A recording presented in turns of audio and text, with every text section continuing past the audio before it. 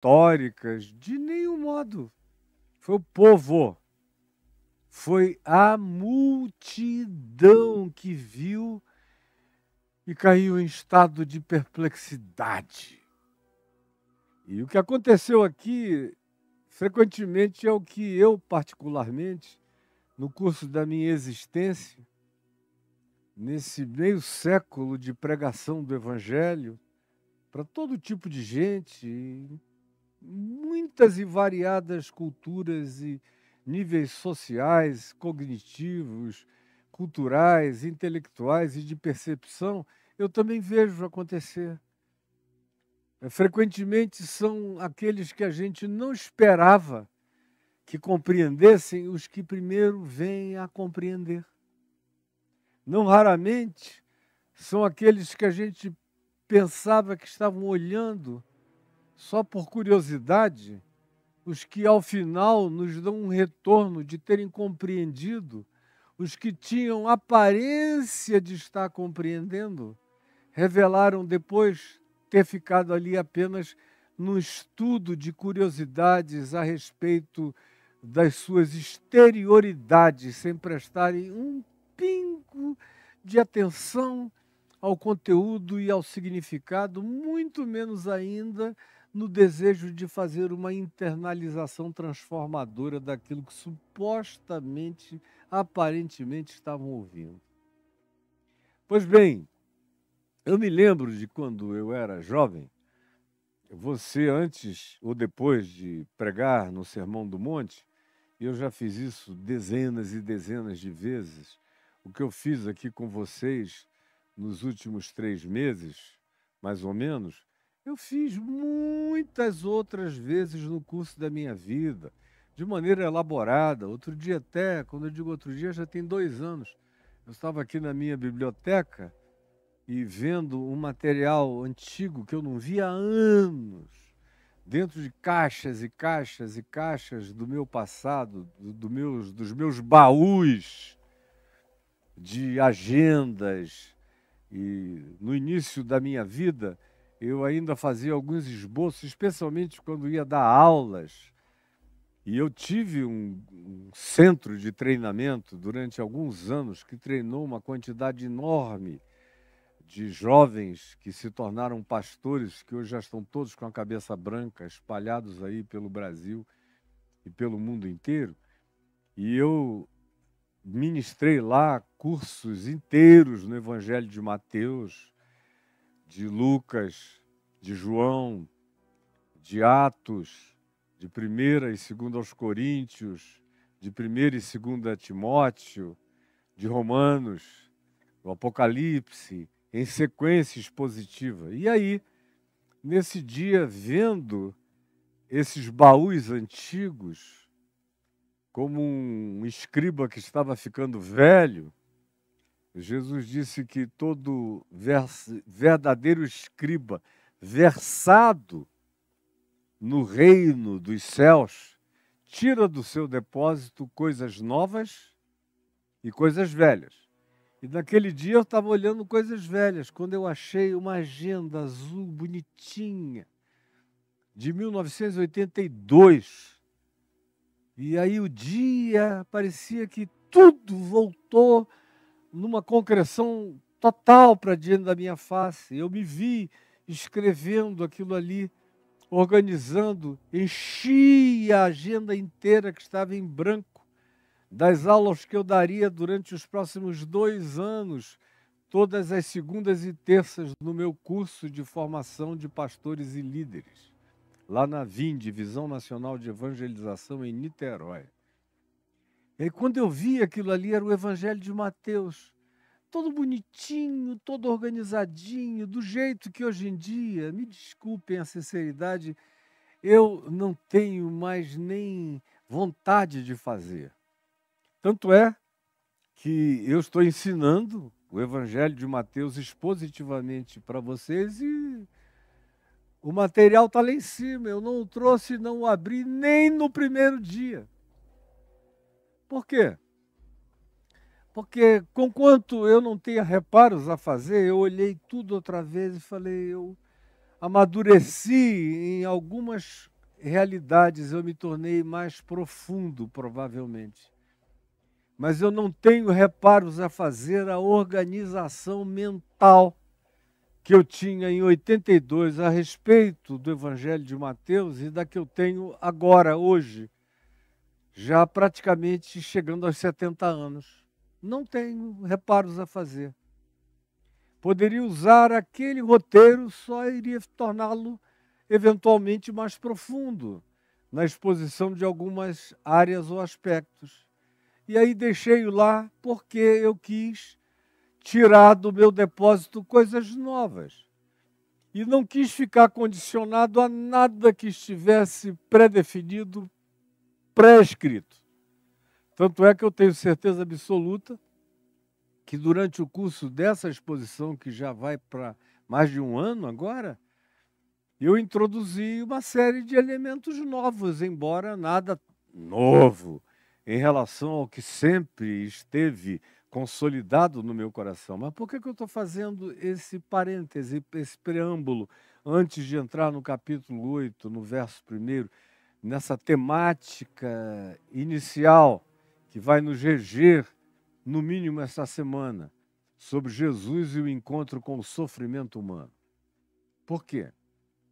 Porque você não falava o Sermão do Monte quando eu era bem jovem, sem dar um monte de explicações anteriores. Uma das mais recorrentes daquele tempo, que vinham como questão intelectual, acadêmica, eu fui me cansando disso tudo, mas me cansei geral desse negócio todo. Tanto é que vocês nem me veem citar nada, porque eu passo batido, virou coisa de menino para mim, perda de tempo, distração, algodão doce, sem consistência, não aguenta um chuvisco, não dura no coração, nem suporta os embates da vida. Então eu vou logo no que interessa. É assim que eu estou tratando todas as coisas há muitos anos. Há pelo menos uns 30 anos é nessa direção e com essa atitude que eu faço todas as coisas. Mas veja só, era impossível você falar no Sermão do Monte sem tentar explicar que o conteúdo do que Jesus ensinou e concluiu aqui com as multidões maravilhadas, porque não havia nada igual e nem ninguém que falasse com aquela sabedoria, profundidade, autoridade e com o esmagamento daquela certeza de que ele era a encarnação daquilo que ele estava propondo como vida para quem o estava vendo, ouvindo, assistindo e observando. Era a questão relacionada a até onde vai essa ética proposta por Jesus. Por quê? Porque no século XX, especialmente no início do século XX, havia correntes inteiras, quase todas elas oriundas dos Estados Unidos, das academias teológicas americanas, que diziam que aquela ética, essa ética que vocês acabaram de me ouvir expor nesses meses, esses princípios que todos convergem para o que quereis que os homens vos façam, fazei vós primeiro a eles, amai-vos uns aos outros como eu vos amei, porque essa é a lei, esse é os profetas, esse é o cumprimento, é a convergência da vontade de Deus para ser praticada em todas as coisas da vida. O argumento era que isso significava apenas uma ética de natureza muito particular, muito pessoal. No máximo, se tanto, uma ética pessoal para ser observada por pessoas que tinham uma vocação especial à santidade, ainda havia mais essa. Não era para todo mundo. Quantos livros sobre o Sermão do Monte que eu vi, já na introdução fui largando de cansaço, com a argumentação, quando a introdução já colocava a gente diante disso. Não, isso é uma ética muito pessoal, para ser praticada por gente muito santa, muito elevada, de compreensão muito sobranceira, muito altaneira, não é para todo mundo. As multidões estavam perplexas por causa do choque, praticamente por causa da inalcançabilidade daqueles princípios. Isso já me deixava empanzinado de saída, e não era por isso que eu não lia. Eu li dezenas e dezenas de livros sobre as histórias dos evangelhos e os conflitos sinóticos e as diferenciações e a tentativa de dar nó em pingo d'água. Tudo isso para justificar a suposta inerrância, letra por letra, palavra por palavra, texto por texto, tanto do Velho quanto do Novo Testamento, porque a Bíblia tinha que ser vista como palavra de Deus de capa a capa, ao mesmo tempo que tinha essa contradição, é palavra de Deus de capa a capa, mas ao mesmo tempo essa ética de Jesus não se aplica, por exemplo, ao Estado. Nenhum Estado pode praticar isso aqui. Portanto, essa é uma ética particular.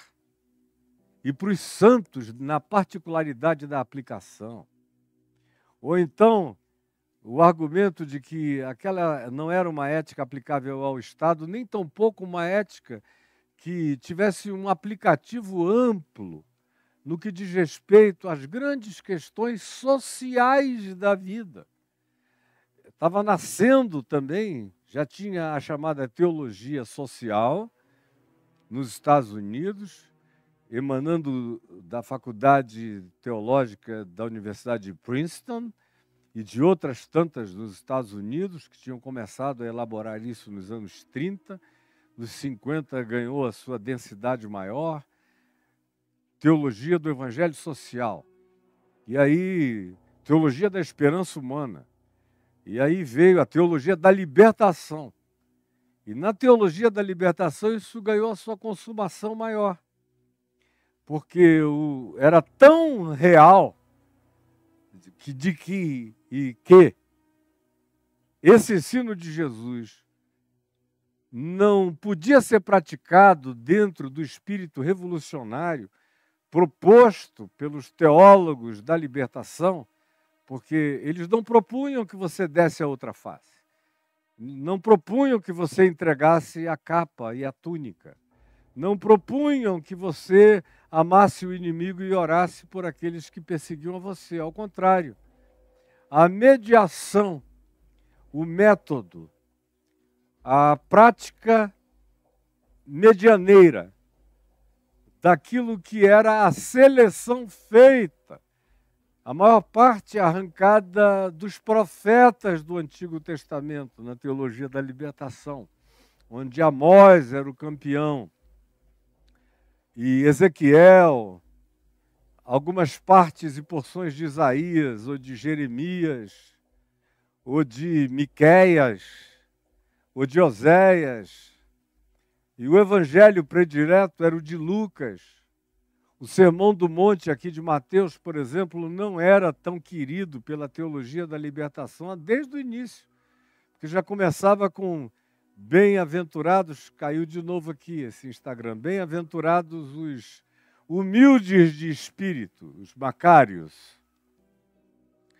E em Lucas não, bem-aventurados os pobres, falando do pobre, pobre, pobre, pobre de marré, marré, marré. Então, obviamente, era um texto da predileção do pessoal da teologia da libertação. E Karl Marx foi eleito como o indivíduo que era a chave hermenêutica para a leitura do Evangelho na teologia da libertação. Não era Jesus a chave hermenêutica, era Karl Marx. Você tinha que ler a Bíblia toda a partir da dialética marxista-leninista. E foi isso que a teologia da libertação fez. Por isso, conquanto eu tenha lido praticamente tudo que de mais fôlego e densidade tenha sido escrito e produzido e proposto e debatido e louvado no auge, nos anos da teologia da libertação, eu nunca, de fato, me curvei a ela.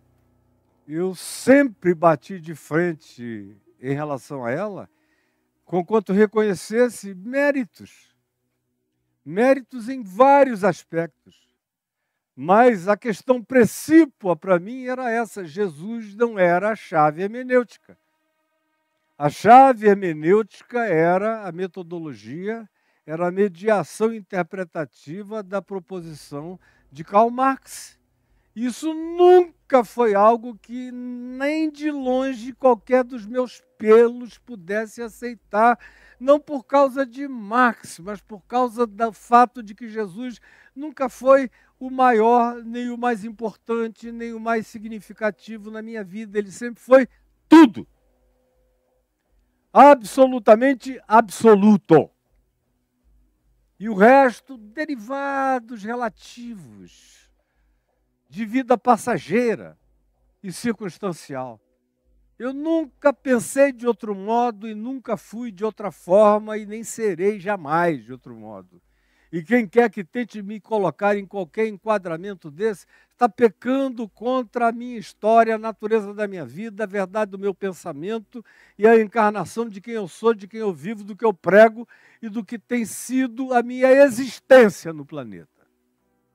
E só faz isso quem ou não sabe nada ou está absolutamente mal intencionado, desejando fabricar uma pessoa que não sou eu para consumo de outros, para manter milhões enganados a respeito de quem eu sou e do que eu ensino, mas tudo isso está nas mãos daquele que é o Senhor da minha vida. E não sou eu que tenho que me explicar nem me justificar de nada. Vai chegar um dia em que tudo vai ficar mais claro do que o sol a pino, diante da percepção de todos. E vai ser um dia de luz e de verdade, mesmo que não seja debaixo deste sol, mesmo que tenha que ser para além dos portais da eternidade. Mas esse dia é implacavelmente verdadeiro.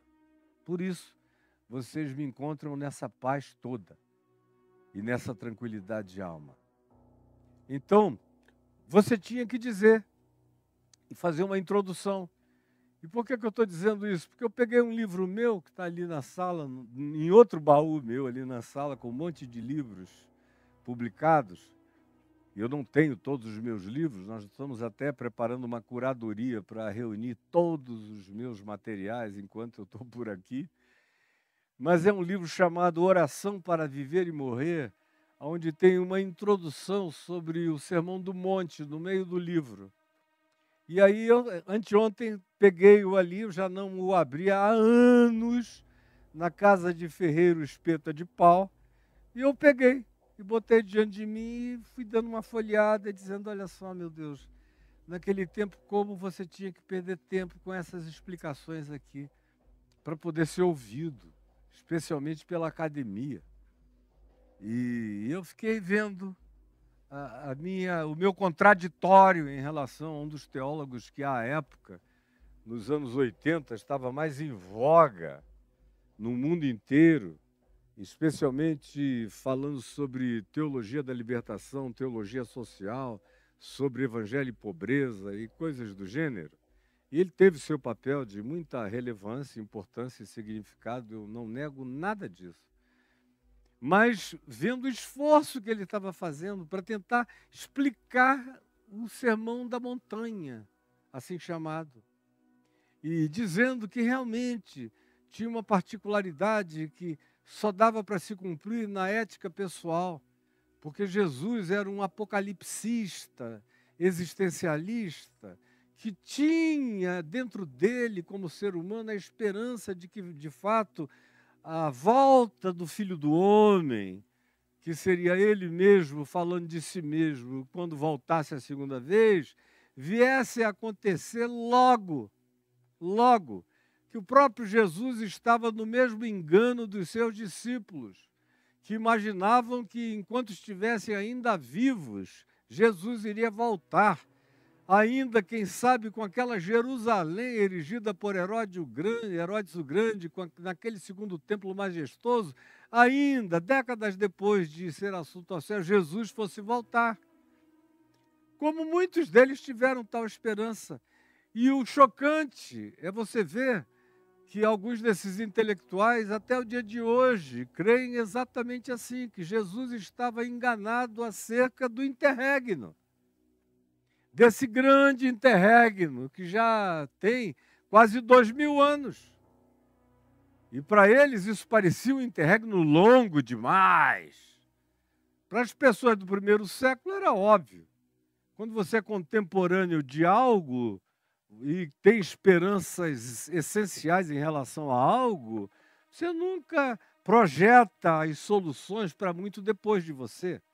Você gostaria de ser ainda testemunha, de beijar a promessa, na linguagem de Hebreus 11, ao invés de dar a Deus para ela de longe. Sem perceberem como em todas as parábolas de Jesus sobre a volta do Filho do Homem, ele sempre cria um interregno, um grande tempo, um tempo de sono, de espera, de cansaço, de malvadeza daqueles que antes eram líderes e depois se tornaram senhores e dominadores dos seus irmãos, de exploração, de deturpamento radical das compreensões dos ensinos originais emanados de Jesus. Tudo isso está dito lá. Mas tanto eles, no meio do século XX, como até o dia de hoje, você encontra pessoas olhando para Jesus com essa perspectiva, dizendo que ele é a coisa mais bonita desse mundo, mas em relação a isso ele estava enganado. Como tem muita gente que eu conheço, muita gente que vocês adoram, mas que de fato não creem que Jesus vai voltar outra vez, não creem.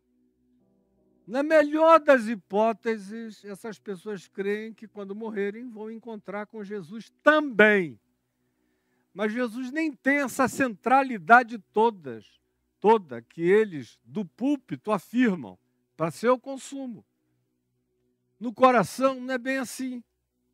Na prática da vida não é bem assim. Na intimidade da amizade, aí é que não é nada disso mesmo. De modo que você sempre tinha que tentar abordar essa temática. Escuta, está aqui o Sermão do Monte, agora o que fazer com isso na sociedade?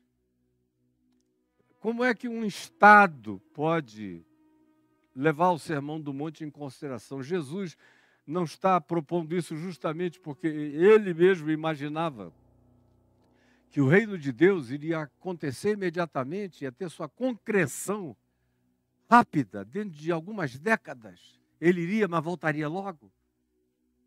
Não era por isso que ele não trouxe nenhuma mensagem de aplicação à natureza dos estados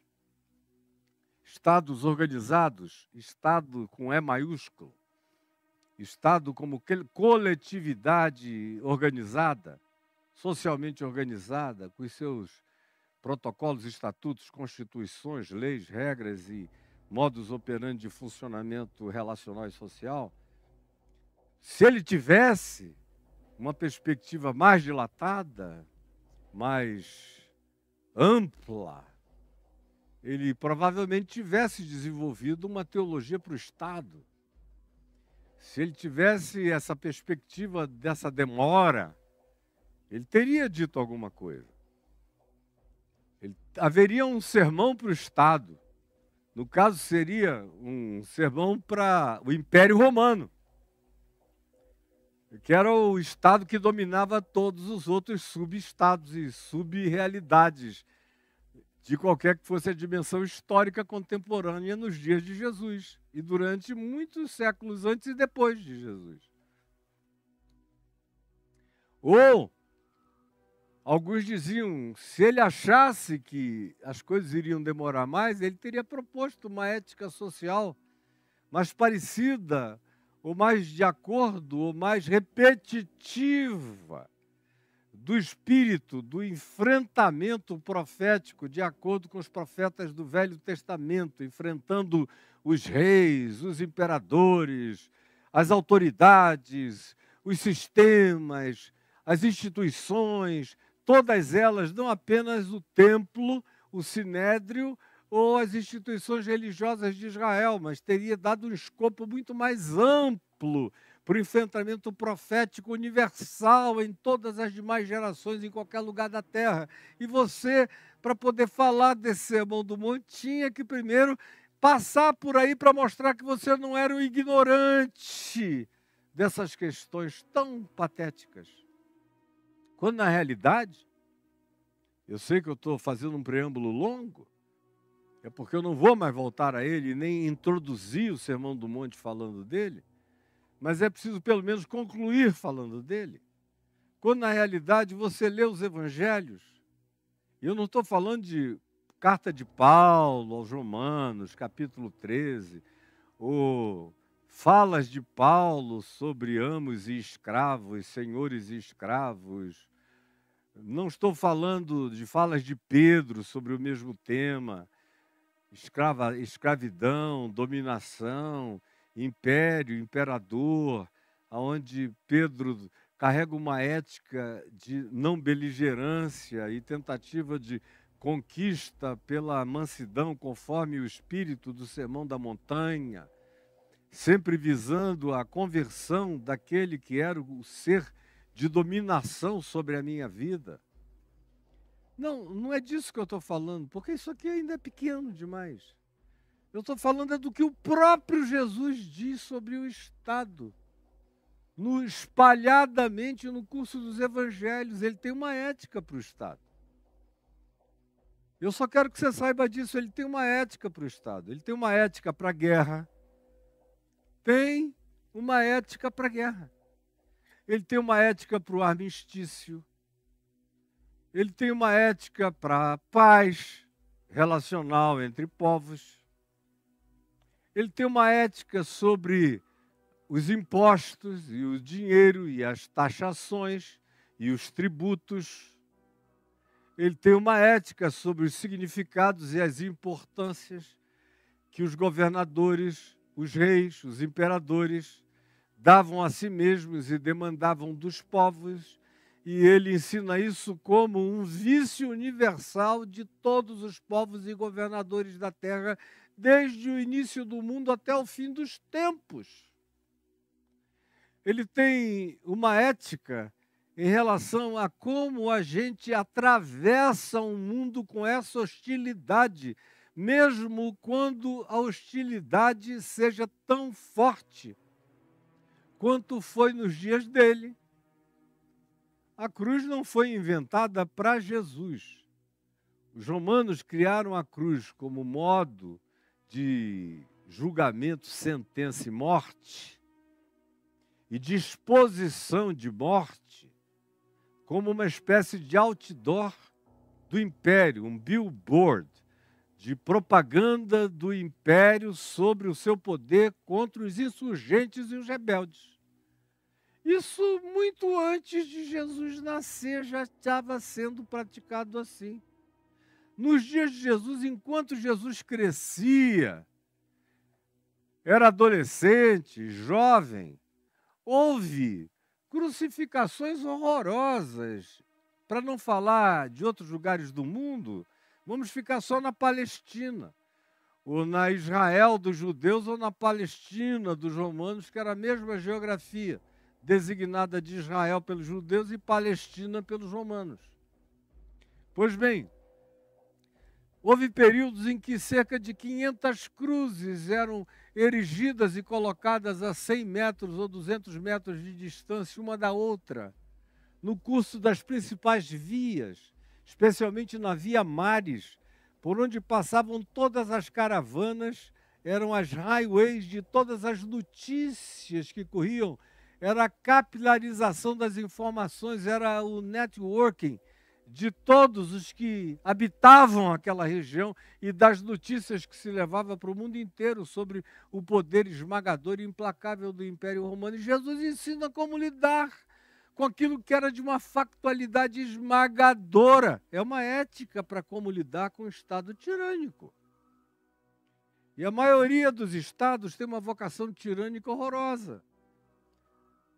Não havia o conceito de Estado democrático, embora o conceito de democracia já estivesse desenvolvido há mais de 300 anos, nos dias de Jesus, desde a Grécia, Mas a própria Grécia tinha esse conceito, mas o conceito tinha sido acachapado pelos tiranos e dominadores, em primeiro lugar, gregos, macedônios, e persas, e romanos, de modo que o que sobrou para os gregos foi a helenização, foi ganhar os conquistadores pela altivez dos seus pensamentos, pela profundidade das suas reflexões filosóficas ou dos seus achados aritméticos, geométricos, matemáticos e astronômicos e de uma quantidade enorme de outros saberes, o que fez com que a cultura deles, mesmo derrotada política e militarmente, continuasse a ser de importância essencial para quem quisesse desenvolver e manter poder na face do planeta.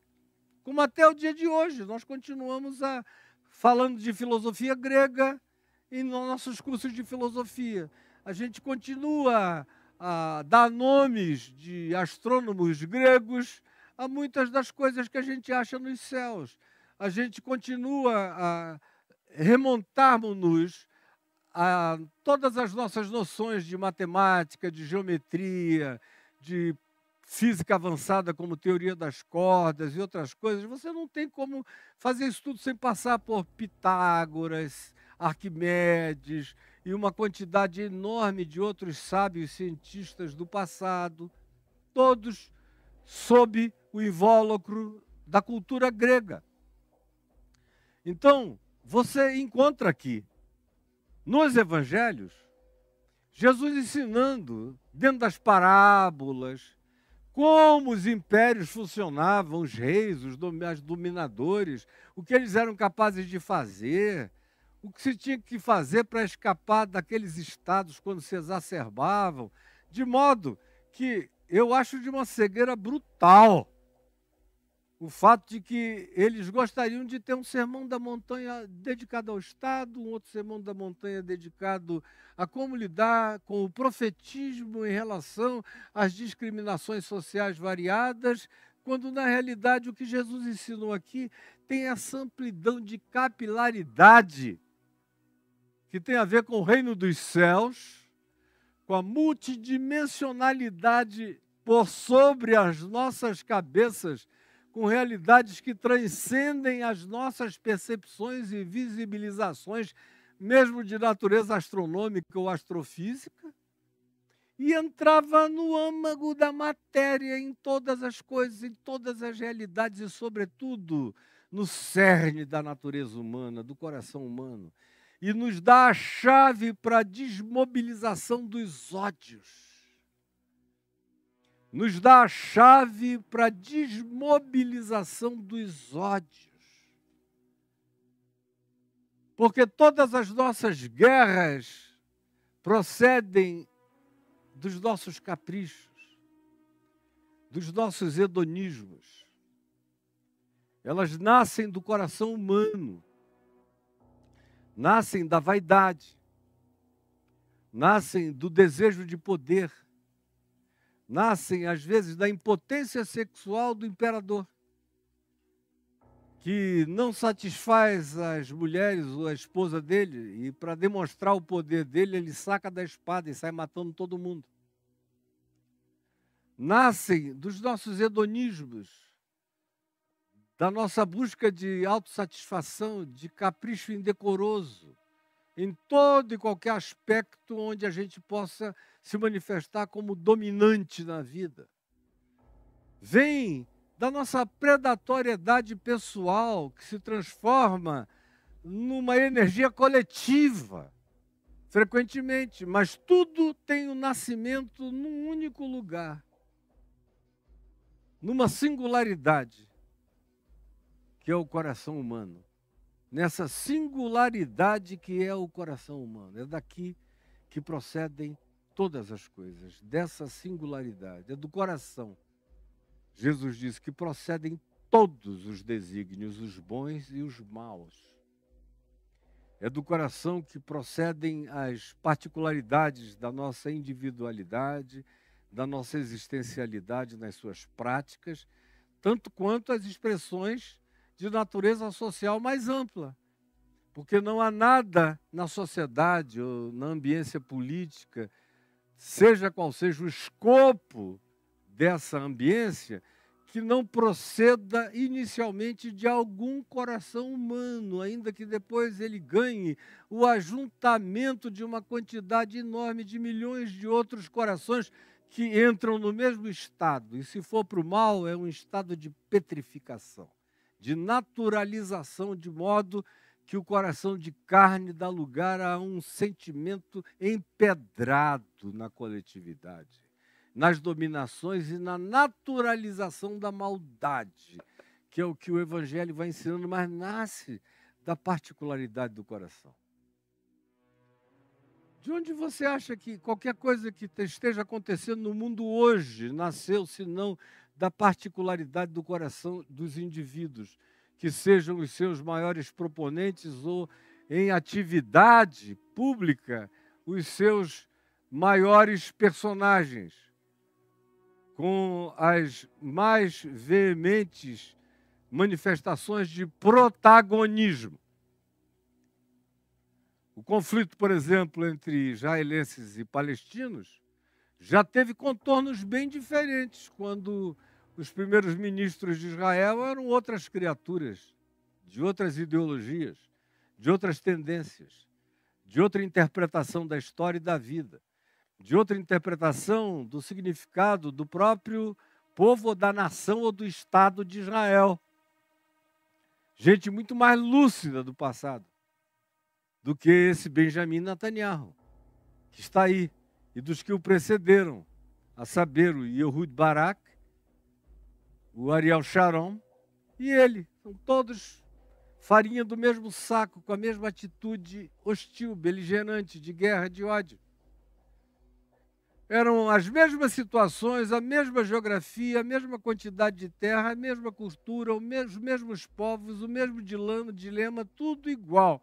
Mas mudou o quê? Mudou o coração dos personagens, dos protagonistas. E mudando o coração dos personagens e dos protagonistas que assumem agora seus grupos de poder e suas dominações coletivas, sociais, estatais e, portanto, históricas, com toda a militaridade que segue o processo, muda-se completamente a realidade, porque algo emanou diferentemente do coração. Nunca foi diferente e nunca será. Nunca será. Por que que a União Soviética, nos dias de Mikhail Gorbachev, derrubou todos os muros e deu liberdade aos que antes constituíam a antiga União Soviética? E cada povo voltou a ser seu povo, vivendo a sua própria autodeterminação, sem a dominação de Moscou. Aí sai o Gorbachev, vem o Yeltsin, não tinha a força de caráter nem de boa vontade, tinha um carisma que vivia embriagado o tempo todo, literalmente, que foi quem ungiu, constituiu, exaltou o Putin. E foi traído pelo Putin na noite da eleição. No dia seguinte, o Putin já não atendeu um único chamado dele para sempre.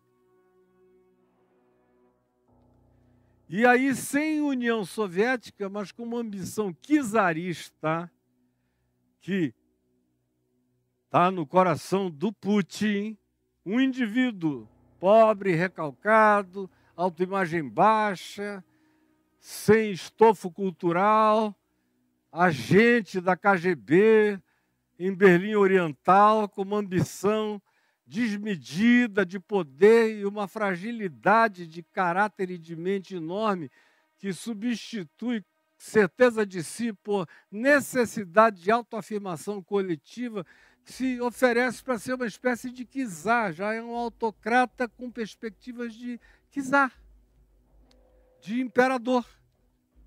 É isso que ele quer. O que que mudou?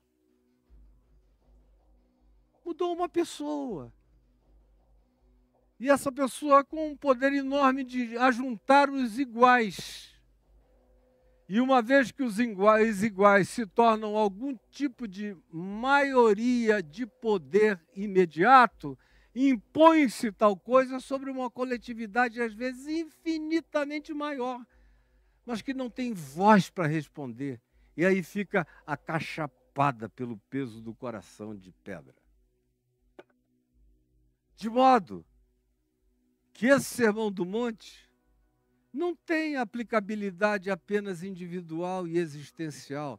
Ela tem a aplicabilidade existencial e individual, é porque do coração, é da sede do coração, que procedem todas as coletivizações, todos os sonhos, todas as projeções, todas as ideologias, todas as construções de Estado, de todos os Estados que já existiram e que virão a existir, procedem do coração. E às vezes é o coração de um que tem uma força maior e que passa a expressar o desejo igualmente perverso de vários outros, que se associam e se tornam insurgentes poderosos e dominadores, e aí se impõe uma ditadura e a maioria fica calada. Mas onde começa tudo, se não num único lugar? Portanto, esse Sermão do Monte tem a aplicação das vísceras, de onde o mal reside. Porque esse mal não vem de fora para dentro, ele vem de dentro para fora. Sempre foi assim. A história humana inteira está escrita com base nisto. Nesse tipo de força de despotismo, de fabricação da história a partir do egocentrismo, da megalomania, do narcisismo, do hedonismo, das paixões, das vaidades incontroláveis, incomensuráveis, do desejo de poder, de imortalidade, de definir sua vida como um monumento eterno, como uma pirâmide de durabilidade milenar para ser cultuada na memória dos povos, mas tudo começa do coração. É por isso que o nome da pirâmide é de Quéops, ou Kéfren, ou Miquerinos, as mais conhecidas em Gizé. E assim no mundo inteiro. Nunca foi diferente, nem hoje é. Você vê as maiores torres construídas no planeta, elas carregam o nome do rei, do sheik, da autoridade, ou do Trump, ou do bilionário, do milionário. O cara vai colocando as marcas dele. Mesmo quando ele não põe o nome dele nas coisas, ele cria uma marca que seja o sobrenome da cara dele, da existência dele, dos feitos dele, do poder dele. Mas é do coração. Aí quando eu vejo um cara como Elon Musk acumular tanto poder, é óbvio que eu sei que isso já deu ruim. E que vai acabar terrivelmente mal, porque ele não está inaugurando uma era, ele não é o primeiro de nada. Ele é um dos últimos de milhões que o precederam antes, e todos fizeram a mesma porcaria. Todos levaram o mundo na mesma direção. Todos, sem exceção, trataram o poder de modo que o poder tratasse deles, a fazer deles homens de iniquidade, pessoas de iniquidade, seres de dominação, de controle, de manipulação, de determinação ambiciosa sobre a vida do outro, do próximo, de todos.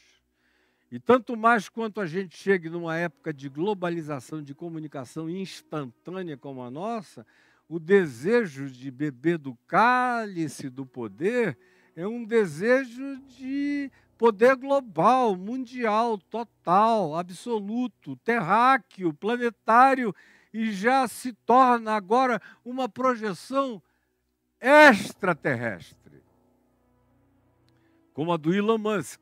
Vou levar 1 milhão de pessoas até 2050 para morarem em Marte. O que ele quer ser? O primeiro colonizador do espaço. Seria bom se o nome do planeta mudasse para Musk, ao invés de Marte. Marte Musk, Musk Marte, Elon Marte, Marte Musk Elon, Elon Musk Marte, qualquer coisa do gênero. Até surgiu um outro que queira nessa interplanetariedade, colocar o seu trono entre as estrelas. Como diz Deus no profeta Naum, a todos aqueles que na terra ou nos céus carregam essa pretensão. É o profeta Naum que diz, Deus falando, ainda que tu ponhas o teu ninho, a tua casa, nas estrelas, de lá eu te derrubarei, diz o Senhor. É forte. Houve um tempo em que não passava de uma poesia hiperbólica. Mas agora, com a nossa tecnologia e com a evolução das coisas, isso já não é mais uma poesia hiperbólica, exagerada. Isso agora é uma possibilidade tecnológica, real, concreta, para nós. Cada vez mais a Bíblia fica menos simbólica e mais concretamente palpável nas afirmações que fazia. No que Jesus disse, por exemplo, no que o Apocalipse diz, for instance. Você vai lá e vê que o que antes você fazia um exercício simbólico, arquetípico, enorme de interpretação, cada dia mais vai se tornando ecossistêmico. Em todas as perspectivas, em todas as áreas da vida, vai ganhando concreção de materialização ante os nossos olhos. Por que tudo isso que eu estou falando? Para dizer que o Sermão do Monte tem a maior de todas as pertinências, porque ele lida com o lugar não lugarizado, que é o coração humano. E quando eu falo do coração humano, eu não estou falando deste órgão, que eu aqui faço simbolizar por essa aparência, essa pedra com aparência de coração que eu achei às margens do Rio Negro, no ano que minha mãe morreu, em 2014, e trouxe para mim e uso com regularidade. Mas o verdadeiro coração não é feito de carne, nem de sangue, nem de músculos. Ele é imponderável, ele é um lugar não localizável, ele não vai ser jamais achado por nenhuma neurociência, ele transcende qualquer palpabilidade de qualquer natureza, ele carrega a natureza de Deus. Num certo sentido, o meu espírito não existe também, como Deus, que não existe, é. Porque o meu espírito jamais será colocado dentro de nenhum vidro e guardado em nenhum lugar para ser reinjetado quando se quer que deseje. Se pode até conseguir fazer download de cérebro, de mente, de conhecimento, de um monte de coisas, mas o espírito carrega uma singularidade associada profunda e intimamente a Deus. Isso é que significa ser feito à imagem e semelhança de Deus. Não é a minha cara, não é a minha aparência, não é nenhuma outra coisa, é a minha essencialidade, você compreendeu? Esse é o elemento que Jesus chama de coração, é o espírito, é do coração que procedem todas as coisas, é do coração que vêm as fontes da vida e as fontes da morte. Bom, isso dito, e essa é a mensagem, esse é o significado, essa é a pertinência, a gente chega aqui no capítulo 8, e lê do verso 1 ao verso 4, que no Evangelho de Mateus nos apresenta Jesus descendo do monte e com ele grandes multidões. Lembram que ele começou com os discípulos ouvindo, depois as multidões foram chegando, os dias do acampamento foram crescendo, e quando termina agora tem multidões de todas aquelas aldeias e gente que veio de todos os recantos de Galil, da Galileia, daquela redondeza, de todas as cidades, das Decapólis, das cidades judaicas, das cidades pagãs, das cidades variadas, das caravanas, gente para todo lado, ouvindo perplexo aquele indivíduo. E ele desce o monte e diz, e eis que um leproso.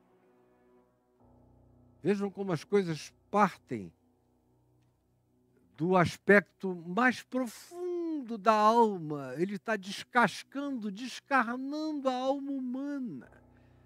Começando com os bem-aventurados, os macários, mexendo naquilo que ninguém quer tocar. Invertendo os polos de significado, ressignificando valores, importâncias, botando cada coisa no seu lugar, exaltando aquilo que, de maneira estelionatária, tinha tomado um lugar enorme no coração humano, colocando no seu lugar mais corriqueiro e definitivo, e exaltando aquilo que ninguém queria enxergar, que era essencial. Bom, uma vez que esse momento, que é eterno, do Sermão do Monte, acaba no espaço-tempo, e ele começa a se mover naquela geografia, descendo o monte para o vale, saindo daquela elevação de pensamento, de alcance, de aprofundamento para a alma, para o ser, e desce geograficamente para o vale onde estão as outras pessoas que não tiveram nem a curiosidade de subir o monte. Ele encontra de cara com um leproso, que se aproximou dele e o adorou, dizendo: Senhor, se quiseres, tu podes purificar-me. E aí eu peço licença aqui a você para abrir em Marcos, no texto sinótico, e o sinótico significa um texto de equivalência paralela na sua repetição da mesma narrativa. E no texto aqui de Marcos, no capítulo 1, do verso 40 em diante, a mesma narrativa que acontece depois do Sermão da Montanha, que não está transcrito aqui em Marcos, é uma interpolação que Mateus faz. Marcos é mais velho que Mateus. É o evangelho mais antigo que a gente tem, é Marcos. E Mateus colocou o que vieram a chamar de os oráculos do Senhor, fez essa interpolação, que faz total sentido com tudo. Não importa a discussão sobre se esse Mateus é o Mateus mesmo, apóstolo, isso, aquilo, que é outra perda de tempo. Que agrada aos garotos da curiosidade, mas não transforma o coração de ninguém. Acreditem no que eu estou dizendo. Aqui em Marcos, do capítulo 1, verso 40 em diante, o mesmo texto é dito assim. Preste atenção comigo, preste atenção comigo. Você está prestando atenção aqui comigo? Olha só. Aproximando-se de Jesus um leproso, aproximou-se rogando-lhe de joelhos. O cara já veio de joelhos. Olha a cena. Olha o cenário, veja. E disse: se quiseres, definindo que esse homem, que não sabe nada de nada, tudo que ele não era pentecostal.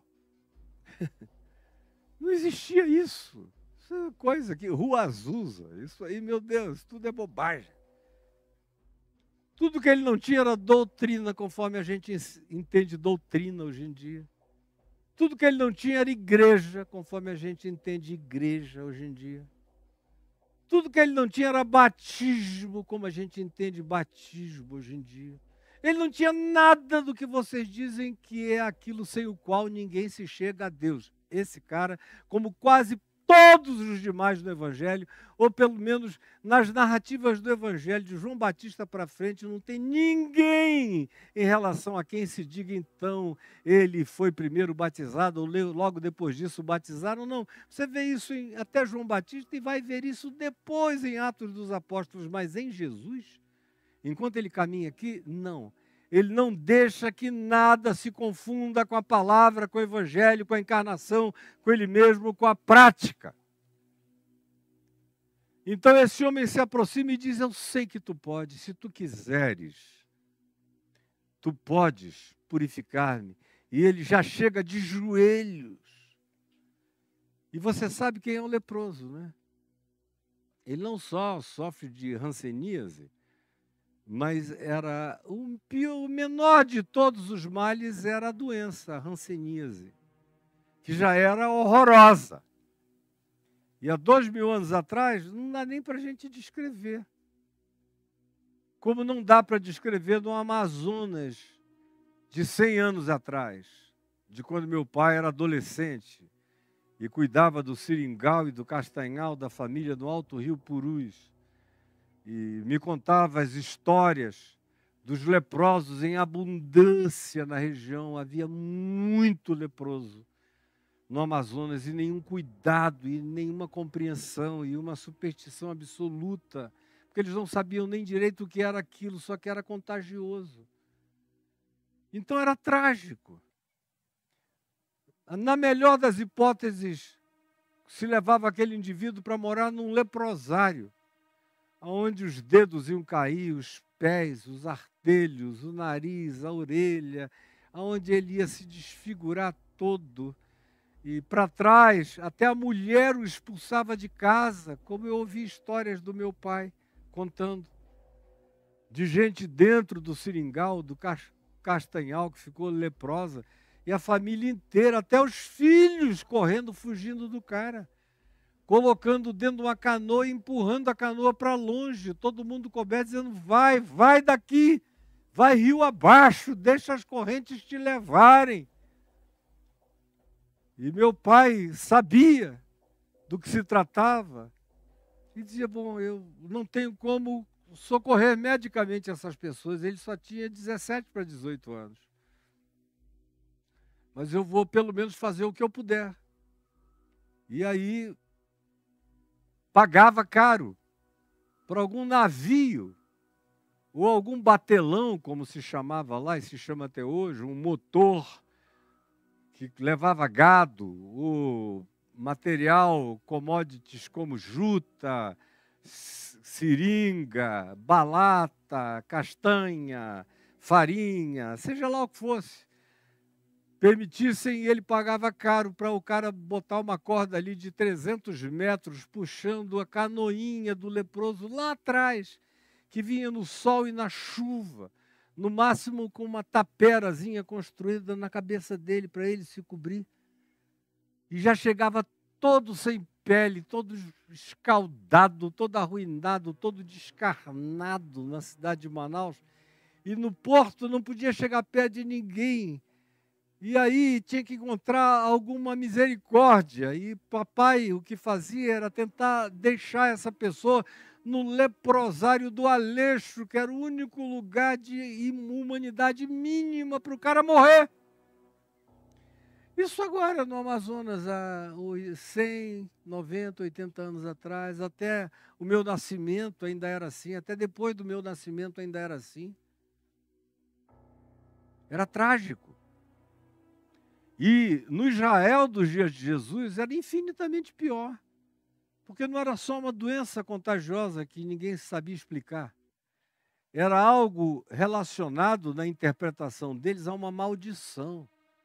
Era malignidade pura, era karma. Era a expressão de algum pecado horroroso, não confessado. Tinha uma interpretação de causa e efeito perversa, aplicada ao doente, especialmente ao leproso, sobre o qual Moisés tinha feito algumas postulações e dado instruções de como se deveria alienar o leproso e como se tinha que queimar, destruir a casa do leproso, para não ficar nada, não restar nada que contaminasse o resto do arraial. E como ele não podia chegar perto, e se aproximasse, nem que fosse para uma visualização de gente que ele queria, ele ia sofrer um apedrejamento violento, tinha que correr e fugir. E perambular solitário até morrer. Isso era o leproso. E uma palavra que não combina com leproso, só combina com leproso em relação a Jesus e a mais ninguém, é a palavra aproximou-se. Aproximou-se de Jesus um leproso. Só de Jesus mesmo é que um leproso poderia ter coragem de se aproximar. De ninguém mais. De quem que o leproso iria se aproximar? De um sacerdote? Então o leproso se aproximou de Anás, de Caifás, do sacerdote, dos saduceus. Então o leproso procurou graça entre os fariseus. Então o leproso se ajoelhou na porta do sinédrio. Então o leproso subiu ao templo em Jerusalém para cultuar. Não existe isso. Leproso aproximou-se só se for da pedra, da pedrada, do apedrejamento, da morte. Ele não tinha permissão para se aproximar de nada. Agora, a primeira manifestação, o primeiro teste da encarnação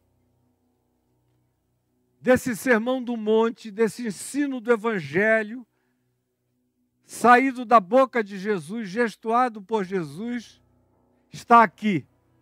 Aproximou-se dele um leproso. Só quem vive e carrega esse sermão do monte no coração é que não corre de leprosos.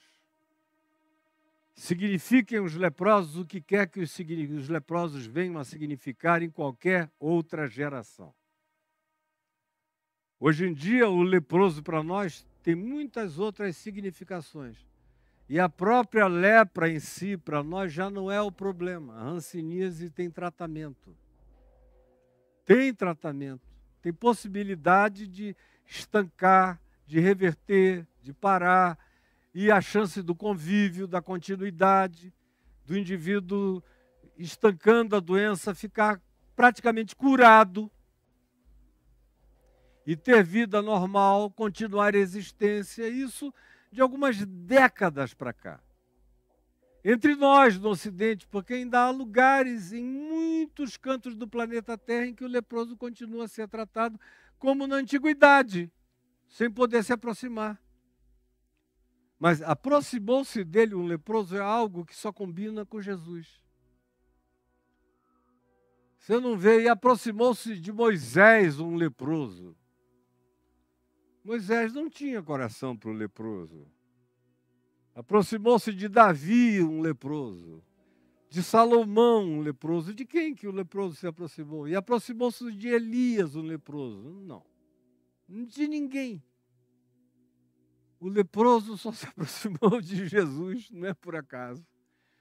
E não é por acaso que essa frase, tanto em Mateus quanto aqui em Marcos 1:40, como também a repetição dela em Lucas 5, de 12 em diante, é a mesma coisa, aproximou-se de Jesus o leproso.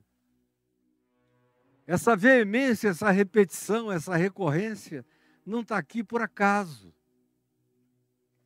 É esse indivíduo que ensina tudo que eu venho ensinando, repetindo para você, que é o ensino do chamado Sermão do Monte, que é sermão da vida, é sermão para o abismo da alma, é sermão para o cotidiano, é sermão para tudo, é mensagem, é palavra viva, é evangelho, para ser praticado por mim, por você, por todos nós, pelo mundo inteiro, para que haja esperança para a humanidade. Do contrário, a gente está ferrado mesmo. Sem essa palavra no coração humano, não há esperança para a humanidade. Só guerra, guerra, guerra, guerra, pedra, pedra, pedra, bomba, bomba, bomba, até o fim. Infelizmente. Tragicamente, é isso que a gente vê no curso da história e pelas lógicas antigas, presentes, contemporâneas e pelas projeções do que a gente assiste. Tanto é que é mais fácil pensar na salvação da Terra como uma fuga para fazer uma colônia em Marte do que resolver o problema da fome, da miséria, da desgraça e do sofrimento aqui mesmo no planeta. O próprio Elon Musk, com mais 4 amigos dele, se juntassem, poderiam bancar e acabar com a fome na Terra por uma geração inteira do planeta Terra. Mas é melhor fazer uma colônia em Marte. Porque o leproso se aproximar da gente aqui, não, nem morto. Nem morto. Aproximou-se de Jesus um leproso, rogando-lhe de joelhos, se quiseres, podes purificar-me. Jesus, olha só, presta atenção. Você está prestando atenção comigo? Não é preciso saber grego, nem aramaico, nem nada disso. É outra distração desses dias. O pessoal não quer ouvir a palavra em português, aí fica indo para o grego, para o aramaico, para o hebraico, para os rabinos, para isso, para aquilo, para não praticarem o evangelho. É só mais um ardil da vaidade do coração de pedra, não passa disso. Pois bem, Jesus, profundamente compadecido do marginalizado, desse que para muitos entre nós tem outro nome. Quem são os marginais do nosso tempo? Quem são os marginalizados da religião? Quem são os marginalizados da lei de Moisés? Quem são aqueles que, se a Constituição permitisse, eles queimariam as casas? Jogaram até uma bomba em cima do estúdio do Porta dos Fundos.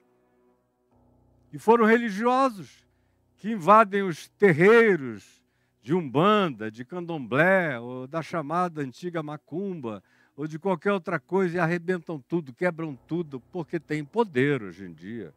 Nós temos os templos de Salomão, temos as nossas televisões, nossos pastores dirigem os carros, os jaguares poderosos, andam nos tapetes vermelhos do nosso supremacismo de poder que nos foi dado pelo Deus de Abraão, de Isaac e de Jacó, que é um apelido recente que Satanás tomou para si e as igrejas não perceberam ainda.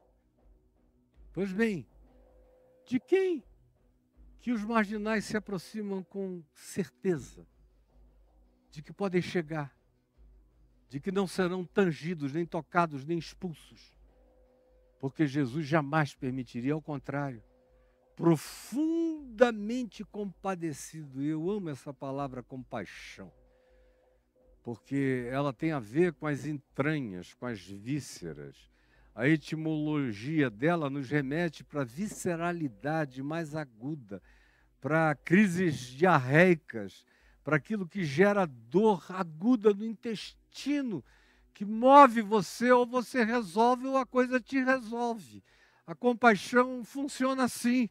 Ou eu a resolvo, ou ela me resolve. A compaixão não dá opção para outra coisa, senão para uma ação solucionadora. Jesus, profundamente compadecido, estendeu a mão e tocou, patolou a mão nas chagas do cara, no pus, na salmoura. Não quis saber, enfiou o dedo lá, tocou. Se tu quiseres, ele não diz assim, ó, vou falar daqui, tá? Eu quero muito, estou intercedendo por você, tá, meu filho? Em nome de Jesus. Não era como você vê essa palhaçada toda nos palcos, nos shows da fé, da religião, tudo palhaçada. Não tem nenhum bom gosto de um circo de Soleil. É palhaçada mesmo daqueles circos de interior, dos mais mambembes mesmo. E o povo vai assimilando e bebendo essas goladas a largos sorvos. Se tu quiseres, tu podes. E Jesus, profundamente, entranhadamente, convulsionadamente compadecido, estendeu a mão e tocou nas chagas e disse-lhe, quero. Se tu quiseres. E a resposta dele é essa, quero. E não é um quero de palavras. Como diz o apóstolo João, que aprendeu com Jesus, filhinhos, não ameis de palavras, mas sim de fato e de verdade. É um quero que mete a mão, patola. Mete a mão, puxa, eu quero te tocar. Eu quero ter tudo a ver contigo. E eu pergunto, quem são os marginais dessa época? Quem são os leprosos desses dias? Essa é uma palavra, esse sermão do monte, e esse que prega e que encarna e que vive e que me ensina a ser a manifestação ambulante dessa mensagem, a me tornar um evangelho vivo, andante no mundo, me ensina que não é uma questão de querer à distância. O evangelho é um querer que toca. O evangelho é um querer que se chafurda. É um querer que se impusa. É um querer que se, como diriam os jovens, os meus netos, que é um querer que se meleca.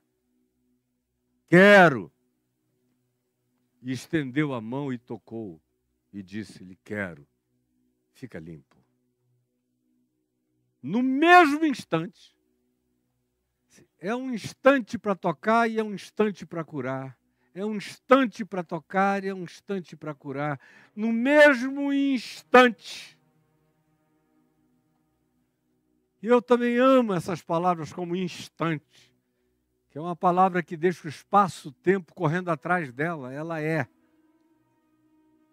tem uma força existencial e uma carga de eternidade, de momento, de indesignabilidade.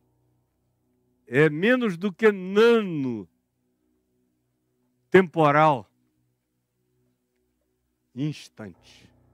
No mesmo instante, lhe desapareceu a lepra. Todo mundo olhando ali, cadê a lepra? Onde está a lepra? Desapareceu a lepra, ele ficou limpo. Então Jesus, a cara dos pastores, pregadores dos nossos tempos e de todo o cristianismo, igualzinho, só vão por aí, faça propaganda disso para todo mundo. Diga para todo mundo que fui eu, que esse é o meu ministério, que Deus me deu. Eu toco e no mesmo instante as pessoas ficam limpas. E primeira igreja de Cristo Jesus em Cafarnaum, manda chamar todo mundo para cá. Ou eu vou criar aqui a Igreja das Beatitudes, das Bem-aventuranças Santas. Podem vir e doar, porque aqui eu vou erguer meu Vaticano de poder. Olha só o que ele diz, contrariamente a tudo que o cristianismo é, o que a religião é, e aquilo que você se tornou. Pela indução e pela aprendizagem dessa perversidade, como se fosse ensino de Deus para você, como se fosse doutrina do Evangelho, e é malignamente demoníaco. Diferentemente, portanto, de todos esses que nos cercam, verso 43, nos diz o seguinte, fazendo-lhe Jesus, no entanto, então, veemente advertência. Aí você pergunta, qual foi a advertência? E se diz aqui, logo despediu, que era para não criar tumulto, nem muvuca. Ele cura, faz uma advertência veemente. Aí você fica querendo saber qual é a advertência veemente que Jesus fez para esse homem. E está aqui no Evangelho de Mateus, pode voltar para o capítulo 8, no verso 4, que disse-lhe Jesus, então, olha, não o digas a ninguém. Essa é a veemente advertência sobre a qual Marcos nos fala. Não o digas a ninguém. E logo despediu. Logo, está claro porque para não fazer do homem um atrativo, um testemunho, um chamariz, um fetiche, um culto à cura, uma inversão de significados, onde a palavra que ele acabou de ensinar perde a importância e as pessoas passam a cultuar resultados de natureza carismática, milagreira, milagrosa, pentecostalizada, ou de eventos de visibilização de milagres, ou de qualquer coisa dessa natureza de supranaturalidade, ou supernaturalidade, ou sobrenaturalidade. Jesus não dá importância à sobrenaturalidade. Ao contrário, ele diz várias vezes, vocês só estão aqui porque viram que eu multipliquei pão, vocês não vieram pela palavra, vieram pelo pão. Vocês não vieram para curar a alma, vocês estão aqui só porque querem cura para o corpo. Vocês não vieram para melhorar a mente e o coração, vocês só estão querendo tratamento epidérmico, de qualquer outra natureza. Vocês de fato não querem, não é por causa disso que vocês vêm até mim. Vocês vêm até mim por causa de vocês e não por causa daquilo que de mim procedeu, de modo a conquistar-lhes o coração de um modo irreversível. Não, vocês só estão aqui por uma solução momentânea, sem continuidade de compromisso de nenhuma outra natureza.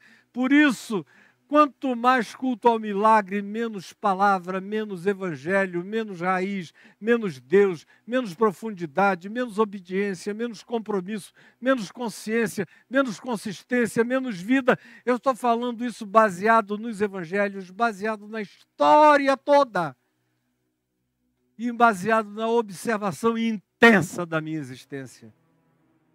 E não há aqui ninguém, nenhum líder pentecostal, em nenhuma reunião onde me pusessem sozinho contra todos eles que pudesse me negar. Porque eles seriam trilhados pela verdade do que Jesus falou e não teriam argumento, porque não tem. Eles são só mercadejantes de fetiches. E é só isso, de encantamentos. São os verdadeiros bruxos. Esses sim são os verdadeiros falsos magos, são os verdadeiros feiticeiros, que fazem tudo isso escondidos no nome de Jesus, mas praticam as suas piores maldades. Jesus então lhe disse: olha, não digas a ninguém. A ninguém. Não abriu concessão para dizer: conta só para tua mulher, nem para o teu filho, nem para os mais ímpios. Não contes para ninguém. Volta para a tua vida sem ninguém saber como aconteceu esse negócio. Mas vai mostrar-te ao sacerdote. Isso era uma viagem para Jerusalém, onde ele chegaria curado, limpo. Por isso ele poderia subir no templo, porque se ele chegasse lá leproso, ele não subiria nem nas escadarias. Não o permitiriam, ele seria apedrejado na subida, expulso para sempre, morreria lá no vale. Em algum daqueles vales à volta. Vai mostrar-te ao sacerdote e fazer a oferta que Moisés ordenou de pombinhas pela purificação do leproso, para isso servir de testemunho ao povo. Vai e faz isso. E como eles nunca viram essa lei e essa determinação de Moisés, nunca teve seu cumprimento. A gente não lê no texto bíblico inteiro, desde quando Moisés falou a primeira vez na legislação dos leprosos, lá no Levítico, até Jesus, você só ouve falar num caso de purificação de leproso que foi de Naamã o Sírio, o homem que veio da Síria, general, nas águas do Jordão, no mergulho de 7 mergulhadas e saiu purificado. É a única coisa. E não tem nada a ver com coisa alguma, senão com a vontade de Deus ser Deus para quem quer, onde quer, como quer, do jeito que deseja. Fora isso, você não tem um único episódio de dizer, então, alguém subindo ao templo de Salomão, nos dias de Salomão foi curado, ou nos dias de Ezequias, ou nos dias de Josias, ou nos dias de quem quer que fosse, do mais piedoso de todos os reis de Israel, depois de Davi. Não, nenhum leproso, nenhuma oferta, nenhuma cura de lepra, nenhuma provisão para a cura de ninguém. Quando Jesus manda esse homem ir ao templo em Jerusalém e fazer a oferta que Moisés mandou, ele estava de fato inaugurando uma era, ia ser algo que geraria perplexidade. O quê? Quem? Como? Por quê? Você está fazendo a oferta dos leprosos? É. Mas cadê a lepra? Cadê a lepra? E aí é o dilema do homem, que já longe do norte de Israel, longe de Cafarnaum, já em Jerusalém, no sul, queria dizer, foi um homem da Galileia, um nazareno assim chamado, cheio da sabedoria divina, que eu criei que se ele quisesse, ele poderia me purificar, e ele meteu a mão no meu peito, e ele me quis para ele de tal modo que eu fiquei assim. limpo. E Ele me mandou vir aqui fazer isto. E eu vim, estou fazendo isto. Mas quem fez isso por mim foi Ele. Eu vou parar aqui hoje, porque o preâmbulo foi longo demais. Eu só quero perguntar uma coisa a você. Quem são os leprosos do seu tempo? Quem são aqueles que a sua religião, a sua igreja ensina a ficar longe, a não chegar, não pegar, não tocar, a, se for o caso, até apedrejar, tascar uma pedra, jogar mesmo nele. Sai daqui, seu canalha, não se enxerga não, seu safado. Não vê que você não passa de um leproso miserável, o que você está fazendo aqui? Sai daqui. Quem são? Você frequenta uma igreja onde os leprosos da contemporaneidade não podem entrar? E quem são os leprosos da contemporaneidade na sua religião, na sua igreja, no seu mundo, na sua vida? E por que você diz que quer aprender o Sermão do Monte se você não tiver coragem de praticar o Sermão do Monte na descida? Como Jesus, que ensina isso tudo, desce e já vai com a mão para patolar a cara, patolar o peito do leproso. Eu quero. Eu quero. E quando eu digo eu quero, fica limpo, eu me torno um com o sujo. Eu me torno um com o marginalizado. Eu não me diferencio dele e nem diferencio ele de mim. E o evangelho, para ser evangelho, tem que fazer assim, do contrário é só Sermão do Monte. É só Sermão do Monte, é só historinha, é só presépio teatral de palavras divinamente lindas que não tocam as chagas de ninguém. De modo que a primeira manifestação de que esse Sermão do Monte deixou de ser apenas uma informação bela, sublime, maravilhosa, existencial, praticamente de esperança escatológica de que o Senhor volte logo, porque aqui nessa terra vai ser difícil praticar e viver assim. A maior manifestação de que para mim se tornou verdade, ganhou altura, carne, pele, cor, sangue, brilho, cheiro em mim, é que Ele me coloca na direção desses que ninguém tem a coragem de ver, muito menos de tocar, muito menos de acolher, muito menos de abraçar e de se fazer um com Ele, e de não transformar essa pessoa numa propaganda. Porque nos nossos dias, preste atenção aqui no que eu estou falando com você está me vendo? Nos nossos dias eu vejo que até os grupos que se abrem mais e que começam a se auto-intitular de igreja inclusiva. Para que eu vou botar esse nome de igreja inclusiva se a igreja já é inclusiva? E se não é inclusiva, não é igreja. É uma redundância desnecessária. Igreja é só igreja. Ou ela é ou ela não é. Se ela é de Cristo, ela está aberta para todos. É como a Nova Jerusalém, tem portas abertas em todas as direções. Não tem telhado e não tem santuário. Qualquer um pode vir, qualquer um pode entrar. Não há critério religioso para permitir a entrada ou a saída ou a ficada do indivíduo. Não, nada disso. Então eu pergunto, até essas igrejas mais abertas, chamadas de mais progressistas, quando botam lá o nome, eu digo, ih, cara, por que fez isso? Para que fez isso? Porque se é igreja, já é inclusiva. Se não é inclusiva, ainda não virou igreja. E se precisa dizer, daqui para frente seremos uma igreja inclusiva, é porque antes não éramos e nem queríamos ser. E agora, para sermos, temos que botar uma placa, entre na igreja inclusiva. Cara, por que você não estende a mão apenas e bota no peito do outro? E por que você não deixa de usá-lo como propaganda para a sua igreja? Porque tem igreja que se torna inclusiva para fazer propaganda de que é uma igreja inclusiva.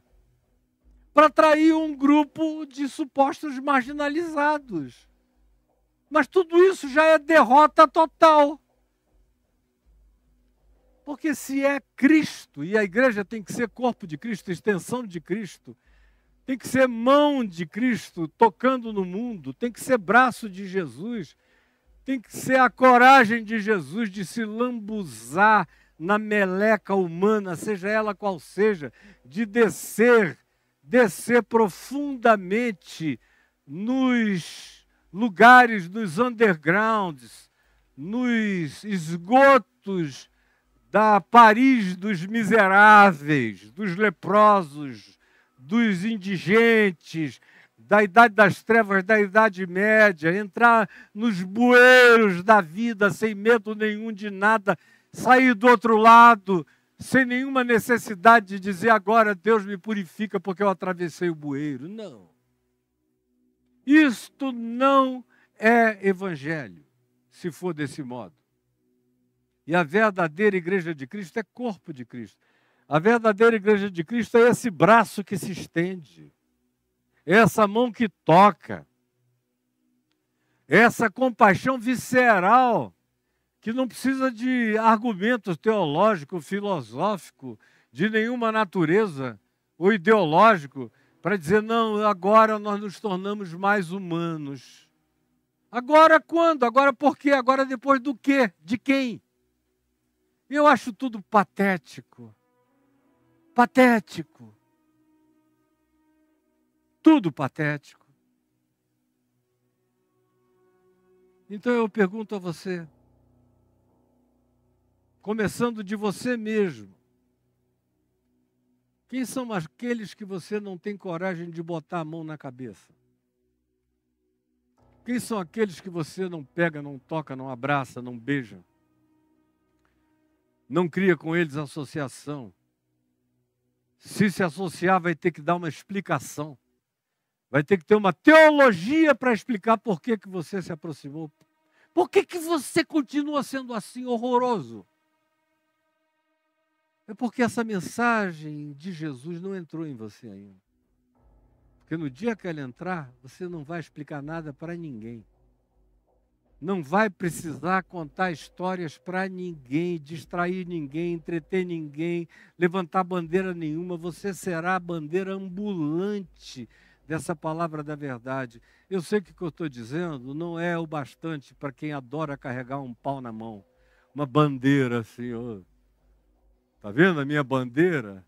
Caio, cadê a tua bandeira? Eu digo, a minha bandeira é o amor de Deus vivido por mim, em mim, e nada além disso.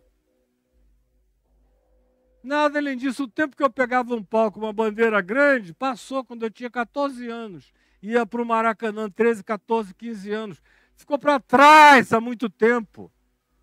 Me tornei um homem há séculos atrás para saber que no Evangelho a bandeira é o amor. E o nosso tempo acabou, mais do que acabou, eu vou parar aqui porque as nossas baterias estão morrendo. Acabou de morrer uma ali agora, quando o Caio veio aqui mexer na energia, deu uma apagada ali. Enfim, está chovendo, está tudo. E eu disse o que precisava ser dito no dia de hoje. E eu não preciso de uma conclusão extraordinária. Eu posso parar aqui porque a chuva engrossou. E está bom e está certo. Jesus, eu só peço que a chuva engrosse no coração da gente. Mas que chova mesmo graça, compreensão, entendimento, discernimento, percepção e verdade. E um constrangimento insuportável no coração de muitos que venham a ouvir essa palavra. É o que eu te imploro, sabendo que eu estou falando contigo que ressuscitaste. Falando com o teu Espírito que habita em mim e que está convencendo pessoas do pecado, de todos os tipos de pecado, de maldade da gente, de desumanidade, de preconceito, de supremacismo, de perversidade diabólica no coração da gente, que se disfarça de piedade civilizada, e nós somos todos uns grandes mentirosos. Espírito Santo que nos convence do pecado, da justiça de Deus em Cristo Jesus, que garante que está tudo pago, tudo feito, tudo consumado. E do juízo, que nos dá a certeza de que o acusador já está julgado e que não tem mais nenhum poder sobre a minha vida, se eu ando no Evangelho e na consciência de Jesus. É o que eu te peço que aconteça agora, por milagre, no coração de todos os que estão me vendo e ouvindo.